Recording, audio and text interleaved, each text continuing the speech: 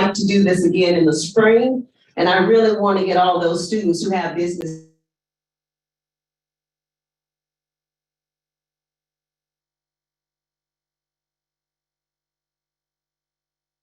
to take a flight. That flight attendant kind of give you the instructions as to what to happen if the plane were to land in the water. Hopefully we're not landing in water, but I want to give you directions. If this is your first time to Bennett in this building, if you go out the 2 doors to the back, to the left are the men and women restrooms, as well as an exit that leads to the streetway there. If you go out the doors and you turn to the right, there are 2 exits in the front. One will lead you to the court or the courtyard area. The other will lead you to the street area. So if we need to exit this building for whatever reason, I would ask that everyone exit in an orderly manner, and that we take our time to get out. If you need to use the restrooms, they are available. Today, we are going to hear from a couple of business owners. These are local business owners in our community. They are Black owned, so I'm excited. They are women owned, so I'm excited. We do have one male up there, so we have to give credit where credit is due. So we do have one male, but we are going to have them to talk about themselves, their business, their journey, give you an opportunity to ask questions. And then after we have the panel session, they will go out to their exhibits, and you will have an opportunity to talk to them and visit their tables and get more information. So without further ado, I know we've got a short period of time together. Without further ado, I'm going to bring up Professor Warren, who is an assistant professor also in the Business, Economics, and Entrepreneurship Department. And then we'll get started with our panelists, and they'll introduce themselves. Any questions before I leave the stage? All right, thank you, Professor Warren.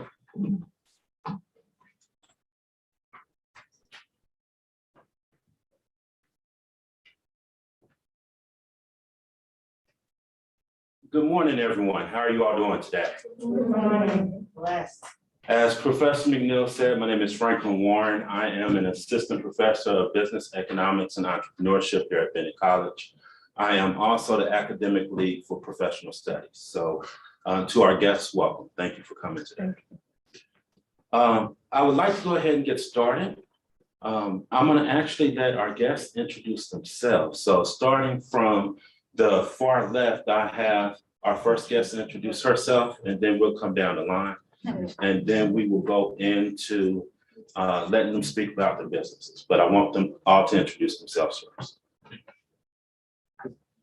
Good morning. My name is Teresa Valentine.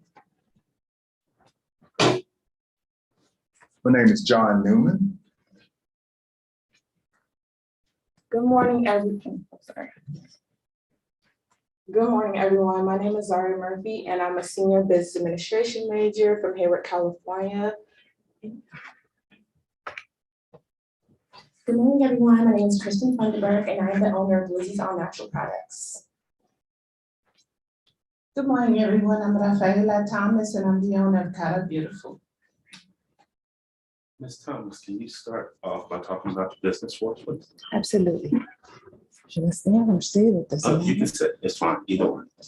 So good morning. I said I'm Rafaela Thomas. I am originally from Panama, and I came here at the age of 15. I was a teenager and never spoken English prior to that, and learned, obviously. But one thing I knew is that I wanted to be a professional. So I became a nurse, and later on became a nurse practitioner. I knew that after many years of working for someone else, I worked in the emergency room, hospitals, clinics, and just working for other people and loving what I do. And that is people, making people happy, making clients smile, giving them positive results. So there are many forms and ways of us to do that. I wanted to work for myself as a minority business owner, and so I opened Cara Beautiful. I performed the services of Botox, and fillers. Often we see everyone else getting those services and wonder, well, can we do that as well? Yes, we can. And whatever area you decide to go into, for me, nurse practitioner, as opposed to only working in hospitals, I opened my own business. I could have opened a business doing family medicine or anything, but the point here is that I opened my own business.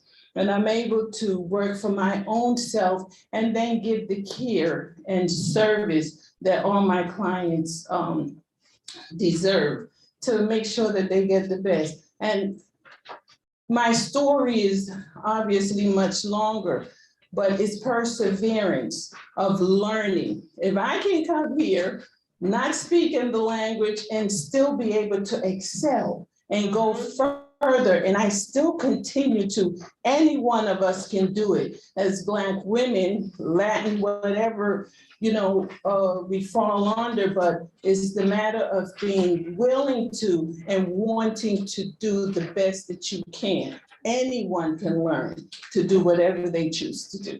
Thank you.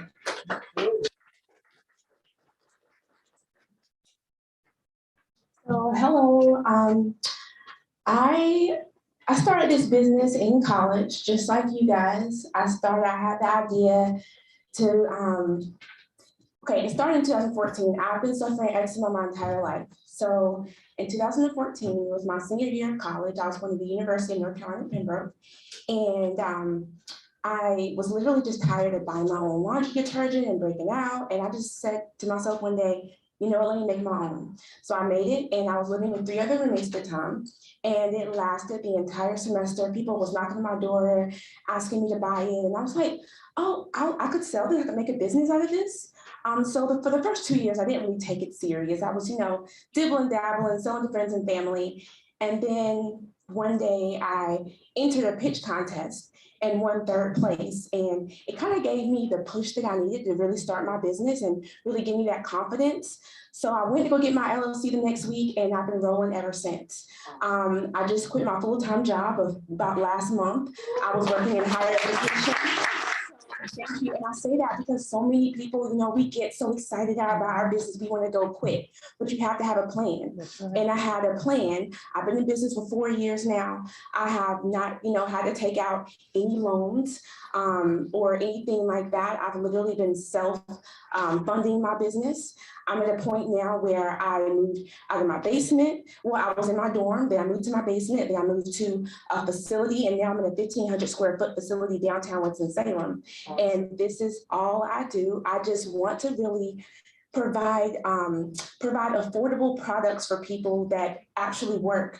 So not only do I sell laundry detergent, we have eczema butter, whipped shea butter, soaps, body washes, all types of different skincare products to really create a lifestyle for people that want to go natural, or for people that are suffering things like me, like eczema. So a lot of times we start businesses to solve a problem for ourselves, not realizing that we can serve a whole community. Mm-hmm. And that's what I did. That's what I wanted to do. And that's what I encourage each one of you guys to do. If you want to start a business, go ahead and go for it. But make sure that you have a plan. And as long as you have a plan, everything else will fall in place. The people that will support you will come. Sometimes we worry about our family and our friends supporting us, but sometimes they're not our biggest supporters. Some people that support us are people that we don't even know. I am grateful to have support of my family and friends, but when you start a business, just go for it, do what you're supposed to be doing. I know this is my life purpose because through all the obstacles that I faced, I have just been able to overcome and be in this place right now talking to each one of you. So I encourage you to keep pushing. Thank you. So hi everyone. My business is Satin Skin Co. It's a luxury homemade skincare business and self-care business. I began this sophomore year at Bennett.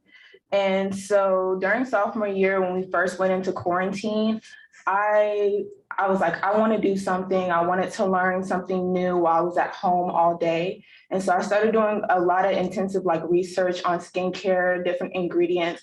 And I really started to learn that a lot of the skincare products that are out there are not beneficial for Black women and their skins. And it can also lead to long-term issues later on in life. So after doing that research, I realized that I wanted to make products that were beneficial for us, that were going to help with hyperpigmentation, that were going to help with our acne, that were going to help with us brightening our skin without lightening our skin. And so I wanted to bring something different to skincare and as well as self-care. And so with my business, I sell a range of different skincare products, from coffee scrubs to serums to facial washes. And I formulate that all by myself, checking YouTube, Google, and just reaching out to people. And that's one thing I learned first starting out, is that sometimes you have to reach out. You have to contact people. If you see someone doing something that you want to do, just reach out to them. They might want to talk to you. And so also I went through a business program through Save a Girl, Save a World, which is CCO program. And through that, I was able to apply for my LLC in California, because I'm from California. So I have my LLC in California. And I was able to begin starting my business. And I officially launched my business in April of last year.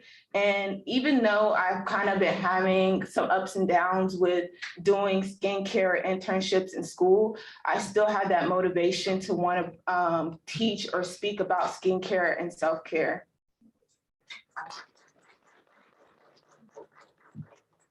Again, my name is John Newman, and I'm actually from Greensboro. And I actually used to coach here at Bennett with Coach Brule a long time ago, and had several family members graduate here from Bennett. And my story is a little bit different, but a lot the same. I grown up here in Greensboro. My father was a construction worker, and he had his own business. And I remember him talking about the unions one time. And at the time, the union was predominantly white, and most of the workers were white, and laborers were Black. And my dad is from South Carolina, so he came up here and he learned the trade of brick masonry. And he was working, and then they were paying, union dues, but they didn't have any representation. So he decided to start his own business. And this was in 1971. And he started a business himself. He had several brothers that he brought up from South Carolina. And he started his own business in 1971. And pretty much my whole life, I saw my dad and my mom running their business from home. So as I grew up, I definitely did not want to do construction work. That's some hard work. But I loved the real estate and I loved homes. So I remember when I applied for college, and on your SAT, they asked you, what did you want to do? And I had an engineer, I had accounting, and I actually had real estate. And I didn't even know that till years later when I looked back at some of my old records and I was looking at it. So once I graduated from college, I played basketball in college. And once I graduated, I moved back home, started back work with my dad, and I started coaching a little bit as well. But it was always my passion to have my own business, to make my own hours and to make my own decisions. And that was fueled by my family. And one of the reasons that I think I was always attracted to real estate was because obviously my dad and having some background and understanding how houses are built and all that process. But it was just something inside of me it was something about family. It was something about having a place to grow up, visiting my aunts and uncles and all that kind of stuff. We always had a home, and it always inspired me. And so in 1988, a while ago, I got my real estate license. And like I said, I've been doing real estate ever since. And it's for me, the passion is helping people. It's helping people because I truly believe through real estate is a form of not only having a stable family, but also creating wealth. And it's something that, just like the other businesses, it's not easy. You definitely have to persevere. It's some good days, but it's also a lot of bad days. But it's really about what you're willing to put in. It's what you can receive. But it's been a blessing for me for over 33 years. hopefully, if you guys have any questions, I may be able to help you guys with your careers.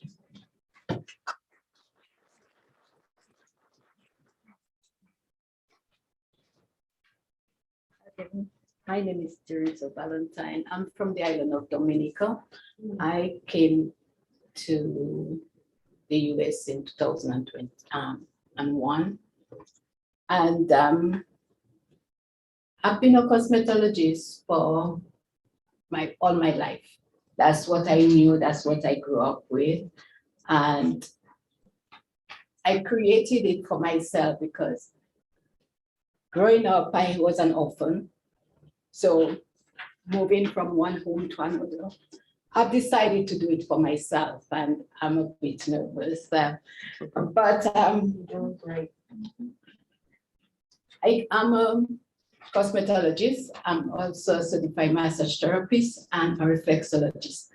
And I came to North Carolina to pursue education. So I've done UNCG, and now I'm teaching, but I'm teaching what I love. I teach aesthetics and I teach cosmetology. I love skincare. I love the hair. I'm not a big fan of too many things, but I love making people feel that experience that they can walk out with. And it's not how much. I know everybody that my students will come in, Miss V, I want to be this and I want to be that. And after looking through what their reaction and their attitude, I often call them after and say, do you really want to do this? Because it takes hard work. Okay, and we prevent ourselves from moving forward because we think that we cannot do it. And once we say we cannot do something or this thing is too hard for us, we put a limit on ourselves. And from there it goes downward. And it's like, how can I get back? And we have to know who we are. I've been hiding for a while. I'm not hiding because I don't want anybody to see me on social media. I was kind of scared of that. So I've decided, and I have made up in my mind that I am going to be transparent. And the only way you can be successful in my thing is if you're transparent and your clients and your friends can see who you are, then they can really come out and share with you what they want. My business is A.C.E.S. It's French for Shea is French for art or beige. Taz is actually my family, my children initial. So Terrence, Audley, and Silver, that's my name. And when they see me, they're like, Mom, I'm doing what you want me to do. No, you do what you want to do. And today my youngest son is actually a model after Marine model. Now he's pursuing film. So it's like where we want to go, and I'm advising all young people in here, or even those, once you hit 20, you're already starting to get old. That's my thing, okay? So we have to tell ourselves, what do we want? And when you ask yourself, what do you want and who you want to serve and why you want to serve them, that creates a bigger and a better revenue for you that you can see yourself going towards what you're looking for instead of trying to hold back and compete with the world. And I compete with myself every day. And I thank God for Miss Rafaela that decides she's going to drag me everywhere she goes because I am too close in. I need to be out there. So I thank you all for that time. And if you have any question about going, I know you all are in college. I love that. But I always say you need two things in life: a college education and a trade.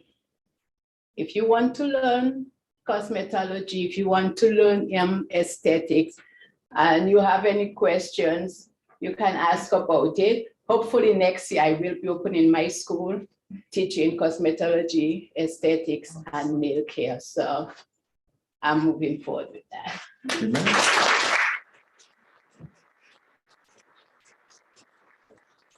Yeah, everybody, please pay attention to the screen. We actually have some virtual panelists as well. And Mr. Demetrius Ponder, please take it away and introduce yourself, sir.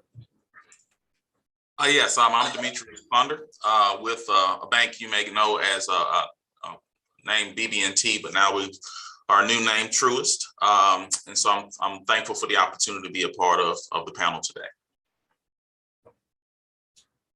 Okay. So we want to go from here and go straight into a question and answer session.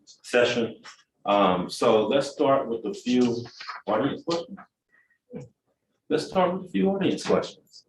Ladies, if you have a question, please ask. Yes, ma'am. Hi, my name is Jessica Parks. I'm a sophomore, interdisciplinary studies major with a minor in entrepreneurship. My question is, what was your biggest fear becoming an entrepreneur?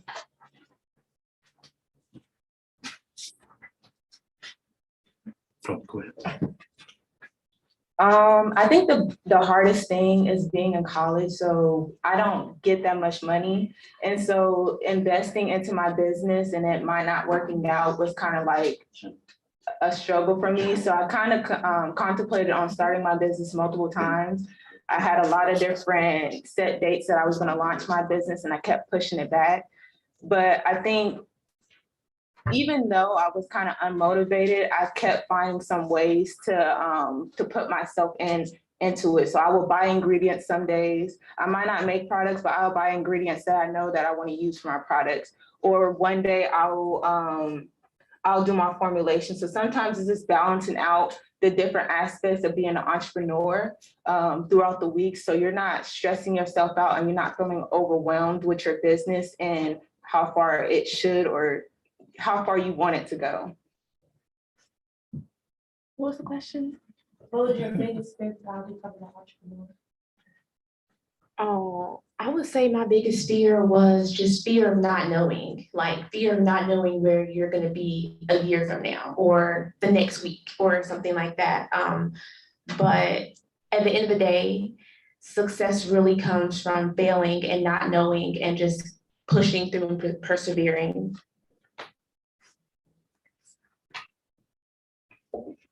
I believe in life, we can become comfortable with whatever we're doing. If you have a job already, you're getting paid, so that's a comfort level. When you make the decision to become an entrepreneur and work only for yourself, then that becomes scary because you're not sure if it's always going to work out. Now you're worried about the competitors. Can you match up to the competitors? So it becomes very scary. You've got to go into this with the confidence that number one, your competitors have nothing to do with what you're bringing in. So you have to be confident in yourself and what you are about to do. Don't worry about their sales, their prices, what they're doing, what you are bringing. The second thing is that as you're going into this, remember, you always hear there's a plan A and a plan B. Have a plan A and a plan B, because if something is slow, you can always have a backup. And so have that in mind as well. Wow. Anyone else on the panel? I do want to add one thing. Is that microphone down here? Can you Oh. have, yes. I'm sorry. Please go. Oh, I thought it was in. Okay. I think for me, the biggest, I guess, challenge or I was afraid of was money. Because when you work for yourself, if you don't make it happen, you don't eat. And when I first started in real estate, luckily I wasn't married, didn't have any kids, so it was just me. But at the same time, I knew every morning when I woke up, if I didn't do what it took, I wouldn't go have any money. So that was kind of scary for me at first. And then, you look around, you see other people, being successful. So it can be a little scary, but you learn over time to stay focused on what you need to do and then you learn and it helps you in other parts of life as well. Like John. Mr. John said, money was one of my biggest fear, okay, especially coming from the Caribbean and coming to a place, North Carolina, where you know nobody. I have nobody, no friends, nothing. And so my fear was always, how will I get a client who knows me, you know, and if somebody know you, then life is good. But if somebody don't know you, like, I don't think I'm going to go by her. So that become where it's like, how am I going to pay my rent? How am I'm in school, how am I going to eat? How am I going? So all of those things is what goes through your mind. And you have to have that willpower to say, I can do it. That doesn't mean you're not going, some days you don't make a dime and you wonder, how am I going to pay that rent today? Okay, because it is due, whether or not you make that money, they take it out of your bank account. So I had to say, I need to be able to focus on how to get there. So that's but money is one of the biggest fear and that we will have or encounter. So while Professor McNeil heads out into the audience for another question, I think the young lady in the back has her hand up. Excuse me. Mr. Ponder, how does the bank work with entrepreneurs and startups relative to funding? Yeah, so, I mean, one of the things that banks are looking for, honestly, is a plan, right? You have to have a plan, something to kind of help us understand what your intentions are. Most loans are driven by purpose. So banks are trying to determine, okay, are we looking to purchase a piece of collateral in a building? Are we looking to purchase equipment? Is this just working capital to kind of buy supplies? So all of that kind of feeds into it. A big thing is, I try to get people really understand that if you can have income while you're starting your business, another source of income, that's important for a startup, because a bank wants to see that the individual can repay, not just from the revenue that's generated from that business, but other forms of revenue that you may have prior to starting that business. Experience is very important as well, so that you're going into a space that you have some experience in. But we're going to want to see some form of repayment that may be separate from that business. If that business is slow to start, it can't really get a lot of income going initially. We want to see that individual can repay us if it takes some time to get that business growing. So that's a big thing I try to encourage people to really think about when they start up. A bank's typically not going to lend you money just on your idea or just on your business plan. We want to make sure that that business, while it's starting to grow and to move forward, there's some other repayment source, and that's typically the income of the individual that they had prior to starting it. Hi, everybody. My name is Brianna King. I'm a graduating senior business administration major from Detroit, Michigan. And so on social media, I've been seeing this post about, I quit my 9-to-5 to work 24 hours. So as far as being an entrepreneur, how do you guys hold yourself accountable without necessarily having like a set schedule? Okay, I'll start since the mic is here. That's very tough. It is. That's very tough, because I do remember the early parts of my career. I worked all the time. I mean, it was a passion. And over the time, once I got married and had a family, I had to learn to be more on a schedule and then dictate things. But it's hard. That's a very balanced in life. Work is hard. And I think one of the things I would take the notes when Mr. Ponder was just speaking is, if I could have one thing for you ladies to take back, is you have to have a plan. Mm-hmm. I mean, everyone has a passion. Everyone thinks their idea is great, and it may be, but until you can take it from your head and put it on paper, once you put it on paper, and I think you can see, things that you may need to improve on. And even honestly, I'm working on my business plan right now for next year. And one of the things that I have in my business plan is my schedule. It's like, I'm gonna work, Monday through Friday, Monday through Friday, and then Saturday at 12 o'clock until Monday, I'm not working, period. I'm gonna take a week off every quarter. So you have to plan those things. If not, you can really get burnt out. And so that's a great question. And I'm sure everyone up here probably struggles with that.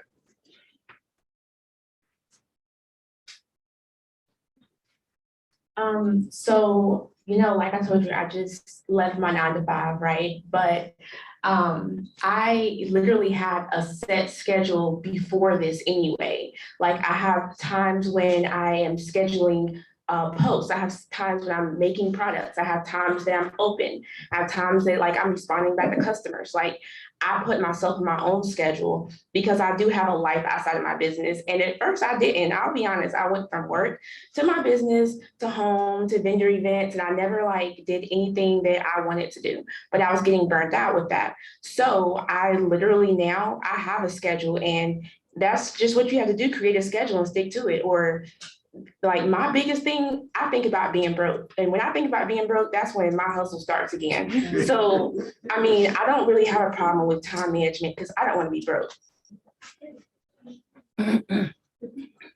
I agree. It's self-discipline. You have to be disciplined about what you're gonna do and when you're gonna do it. It belongs to you. You have to look at it that way. If you don't do it, then who? And you have to keep that in mind. The gentleman mentioned the plan, and I think earlier I said Plan B. When we go into business, remember, Plan B. What else can you do that can bring in income if this is going to be a little slow? We have to all keep that in mind when we're going into business. As this is slowing down, as this young lady said, she had a full-time job. If that's slow, she could always go back to that in the meantime, if she chooses to. So as we go into our careers, and I don't think I mentioned, I spent 27 years in the military. I just retired 3 years ago, okay?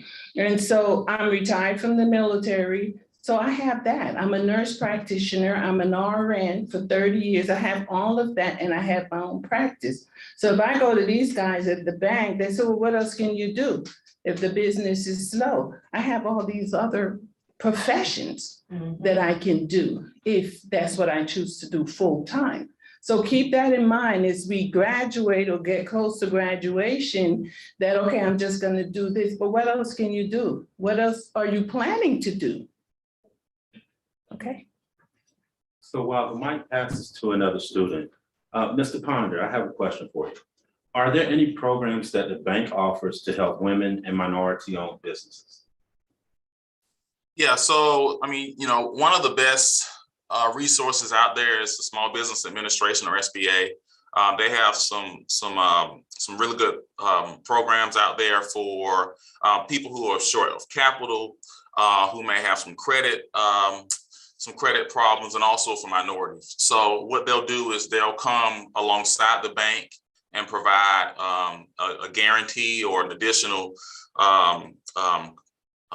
resources for shortfall. And so say you come to the bank and you want to borrow, X amount of dollars, and you may have, your 10 or 20% to start your business. And you're looking for the bank to come up with some percentage of that to make it 100%. The SBA may come in and do some resources to kind of shore up that full 100% of moving that business into existence. So SBA is a great place to go. You have places like Self-Help here in Greensboro downtown. They have some programs to help businesses get started. And then the bank itself, a lot of times I've tried to get people to understand. I think one of the questions that may have come in prior to this for me was, can I apply for a loan online with a bank? I would strongly suggest you try to get with an individual locally that you can formulate a relationship with. That's really important to help get that loan approved, because they'll understand. First, they'll get to know you And so they'll really be for you when they go to underwriters, but also they'll kind of understand the ins and outs of what your industry is like, especially experienced person like me that's been around for a little while and can maybe lead and guide you in some ways of borrowing that you didn't think about before you came to the bank. So I really think a relationship manager is the key as well, because as they get to know you and know what your business is about, they can guide you along the path of funding. Time for one more question. Hi, I'm Michaela Reed, a freshwoman majoring in theater. My question is, if you could go back in time to the first day that you started your business, what would be one tip that you give yourself now knowing the knowledge that you have? That's a good question. Okay, I'll answer that one. Good question. Can you pass the microphone? Sorry. Oh, sorry. If I had to go back, one thing I would think about, one thing I would do really is actually taking that step back and look around and see where am I going? If I step forward, am I going to sink or am I going to stand up? And when I look at it, I would not have done anything differently. I probably would still go blindsided and just go in it, you know. But because you have to love what you want. You have. If you don't love it, don't do it. I've been in the beauty industry for over 30 years. I've left the Caribbean, came up here knowing nobody. And that drive to teach, when I came to North Carolina and I realized how, and working with hairdressers and other beauticians, I like, why are they doing it the way they're doing it? Did I learn something different? And people went natural because they don't want a perm. What was the problem? What can I do differently? Is it the application? So we have to look at, so I look at it, and that drive of wanting to teach the people around me to apply the relaxer properly, apply the color properly, do the haircut properly, so the clients won't have to run away and say, oh my God, what happened? Okay, so so that I would still go blindly, maybe open my eyes a little wider now, but I would still have that drive to go forward with it. And that is what actually keeping me to move forward, because I want to see people grow and not just stay down here and say, well, I can't do this. No, I want you to grow, that when you walk out of here, it's like everything working for you. I've had students last year during the pandemic, graduated in December, and in January, they opened their own business.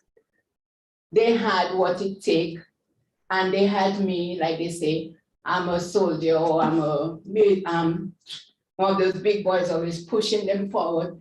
You have to, if you have that passion, then go for it, you know, and they're doing well.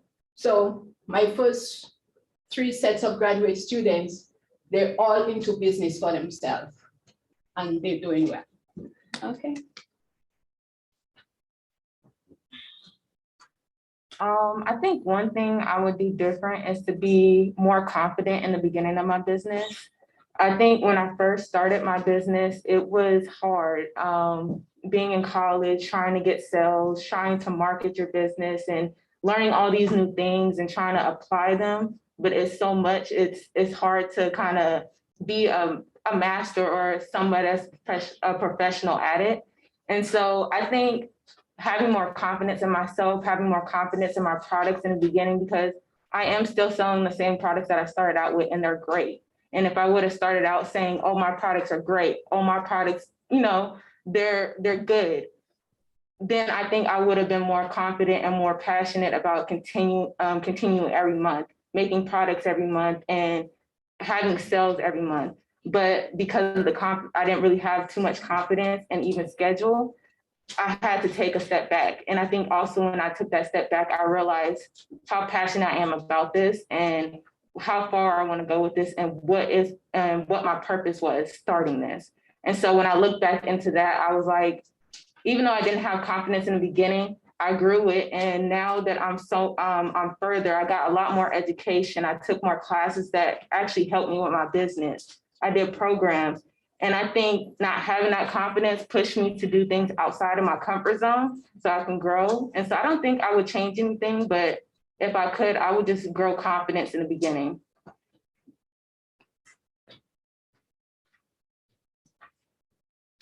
One thing that I would do differently is get a mentor. It's important to get a mentor because not just one of your friends. We all have friends who are going into the same business and class with us. We talk about everything, but a mentor is different. You want a mentor that is possibly already in the business and is where you're trying to get to. That's the person that you need to speak to, because if me and you are in the same, we're at the same place, I can't give you but so much advice. So I suggest that you find a mentor. So when you go through the struggles, or even when you're doing really great, that's the person that you can talk to that can tell you, okay, this is what I advise you to do next. And they give you that sense of confidence and, sense of feeling okay. So a mentor is someone I would have gotten. Another important aspect is I would have joined organizations that do exactly what I do a lot earlier, because you learn from people and see what they're doing and, just be around the kind of people that you want to be with, okay? Can I answer one? I want to add one thing. Pass that. I just wanted to add a few things you're absolutely right. I think at the beginning, one of the things that I would change or would look at more is having a mentor and learning the trade or being good at whatever you pursue, and joining professional groups and just continue to try to get better. And the reason I want to add this to this is that one of the things that I hear people that want to get in real estate, one of the things they're always concerned about, well, how much I'm getting paid. I'm just going to be honest with you. When you start a business, you really don't know what you don't know. And you have to continue to get better. And as you help people get what they want, you will get what you want. But I truly believe when you first start, if you have a mentor or someone that's doing what you want to do, that's who you need to listen to. Now, I'll tell my children all the time, you don't have a house, you don't have a job. So why are you listening to someone who don't have a job, but trying to tell you what you need to do? So when you are pursuing whatever you're pursuing, look at someone who is doing, and most people are more than happy to help you. So don't worry about, well, how much money am I going to make and all. That's where you're making a mistake. Because as several other panelists have said, it's that passion. It's that passion when you're a young person, even when you get more mature like myself, when you want to stay up and watch the game or you want to do something else, it's that passion that's going to say, hey, I need to go on to bed. Or for you ladies or whoever, you may say, well, when your friends want to go out to eat at a restaurant, that passion to be better may keep you home working on your project. Because I will tell you this, and I have two ladies that work with me that are my bosses here, and I tell them all the time, if you're not up on your game, I will take your clients, because I'm going to show your clients, I'm going to be able to give them what they want. And if you don't stay on your game, someone else will. So I definitely want to encourage you with that. All right, so we're actually at time now, so I just want to piggyback on something they said about mentors. A lot of people, like when you hear that word, you think, oh, it's expensive, or oh, where am I going to find a mentor? You can literally go to the small business center. They have one in every city here in North Carolina and get a free mentor.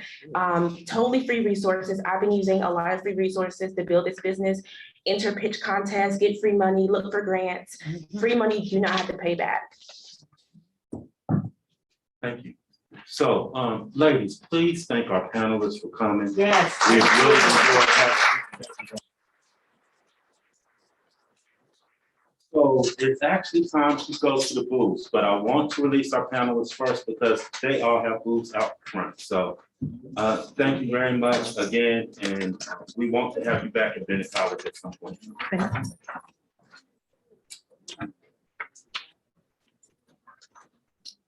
Good morning, sisters, faculty, staff, and guests in the college. You are now dismissed. Students, you are in the hands of the marshals.